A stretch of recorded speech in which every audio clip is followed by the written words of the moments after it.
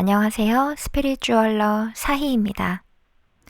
오늘은 자기의심에 대해 살펴보려고 해요. 그럼 바로 이야기 시작해 볼게요. 어렸을 때부터 그림을 잘 그렸던 시타는 미술을 전공하고 싶었지만 미술은 재능이 뛰어난 사람들만 하는 거고 비싼 학비를 감당할 수도 없다는 부모님의 반대에 부딪혀 일반고에 진학하게 되었어요. 그 뒤로는 딱히 하고 싶은 것도 없어져서 그저 점수에 맞춰 대학과 전공을 선택하고 회사에 입사하게 되었죠. 하지만 회사를 다니면서도 그림에 대한 미련이 남아서 시타는 주말마다 그림을 배워왔어요. 시타가 다니는 화실의 선생님은 시타가 그린 그림을 보고 전공자들 못지않는 수준급 실력이라고 칭찬을 해주시곤 했지만 시타는 그 말이 그저 수강생을 붙잡아두려는 입 바른 소리라고 생각하며 믿지 못했어요. 어느 날 화실 선생님이 시타에게 한 가지 제안을 합니다.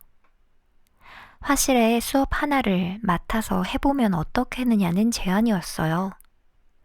그동안 많은 수강생들이 학원에 전시된 시타의 그림을 보고 다른 선생님이 그린 그림인 줄 알고 시타에게 그림을 배우고 싶다고 문의를 해왔다는 거였어요. 시타는 생각지도 못한 제안에 당황했고 일단 생각해보겠다고 했죠. 하지만 끝내 거절했는데요. 자신이 수업을 시작하면 그림에 대한 자신의 비전문적이고 부족한 식견이 드러날 거라고 생각했기 때문이에요. 게다가 자신이 보기에 자신의 그림은 형편없었고 자신의 그림을 좋게 봤다는 말을 도저히 믿을 수가 없었죠. 그렇게 선생님의 제안을 거절하고 나오는데 화실에 걸려있는 시타의 그림을 한 노인이 구매하고 싶다고 말하는 걸 목격하게 되었어요. 화실 선생님은 저건 수강생이 그린 그림이라 판매하는 것이 아니라고 말하자 그 노인이 나는 전문 화상인데 이 그림은 여기서 그림을 배울 사람의 그림이 아니라 전시를 해야 하는 사람의 그림으로 보인다고 말하는 거예요. 시타는 도저히 믿을 수가 없었어요. 저 노인이 선생님과 지금 짜고서 저러는 게 아닐까 하는 생각까지 들었죠. 시타의 의심은 어디까지 이어질까요? 여러분, 오늘도 극으로 치닫는 이야기 잘 들으셨나요? 이야기 속의 시타는 화실의 선생님도 한 노인의 말도 다 진위가 따로 있을 거라고 의심을 하고 있는데요. 시타는 왜 이렇게 자신의 능력을 의심하는 걸까요? 어렸을 때 비판을 많이 받았거나 자신의 생각이 잘 받아들여지지 않았던 경우가 많았을 때 성인이 되면 자기의심이 높아진다고 해요. 그래서 이렇게 자기의심이 너무 많으면, 너무 지나치면 자신의 능력, 장점, 가능성을 자꾸만 축소시켜서 보게 되는데 그러다 보면 계속 자존감 확립에 어려움을 겪게 되고 결과적으로 자기 삶의 바운더리를 자꾸 좁혀가고 도전이나 기회들을 다 차단하게 되기 때문에 굉장히 답답함을 많이 느끼실 거예요. 그러면 자기의심이 들 때 우리는 어떻게 해야 될까? 먼저 다른 어떤 감정, 우리 마음에 일어나는 어떤 감정이나 생각과 마찬가지로 자기의심의 생각이 들 때도 우리는 먼저 알아차려야 합니다.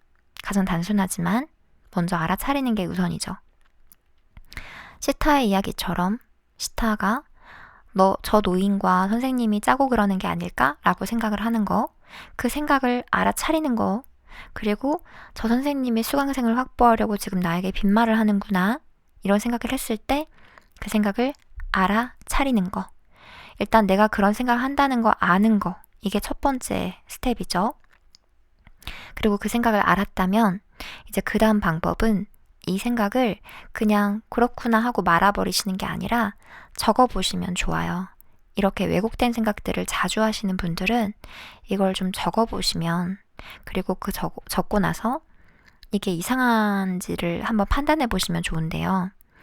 너 그래서 잘못했네, 잘못 생각했네 라고 혼내라는 게 아니라 내가 생각한 게 지금 왜곡된 생각을 했는데 이게 정말 제대로 된 생각이 맞는지, 이게 근거가 있는 생각이 맞는지 한번 보는 거예요.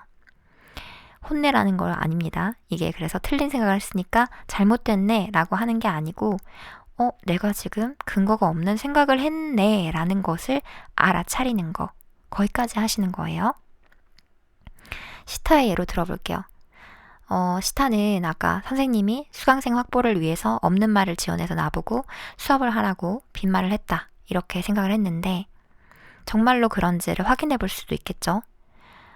수강생들이 나에 대해서 칭찬을 하는지, 내 그림을 칭찬하는지 화실에서 관찰해 볼 수도 있는 거고, 아니면은 사실은 그냥 생각만 해봐도 사실 선생님이 수강생을 붙잡기 위해서 이렇게까지 과장된 거짓말을 할 이유는 없기 때문에 조금만 생각해봐도 아닌 걸 알잖아요. 그래서 일단 글로 적어보고 이게 근거가 없었다는 것을 확인만 하시면 돼요.